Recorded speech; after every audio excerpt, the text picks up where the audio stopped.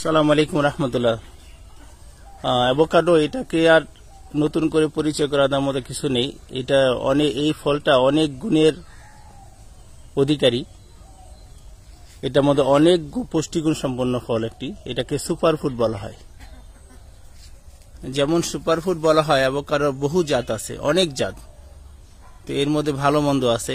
এই জাতটি হচ্ছে একমাত্র সুপার লেট ভ্যারাইটি জাত, যা পরিপক্ক হতে বা হারভেস্ট করতে আরো 1.5 মাসের মতো সময় লাগবে। যখন পুরোপুরি ব্রাউন চলে আসবে একমাত্র তখনই এটাকে হারভেস্ট করা যাবে। এই যে ফল কিছুটা ব্রাউন চলে আসতেছে, পুরোপুরি ব্রাউন হবে। যখন পুরোপুরি ব্রাউন হবে তখন এটা হারভেস্ট করা যাবে। আমার জানা মতে বাংলাদেশে এইটাই একমাত্র লেট ভ্যারাইটি।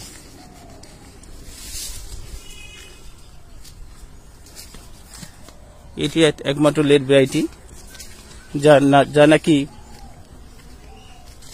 এরকম ব্রাউন হবে, পুরোপুরি ব্রাউন হবে। এখনো তো আপনার গ্রিন শেড আছে, পুরোপুরি ব্রাউন হয়ে যাবে।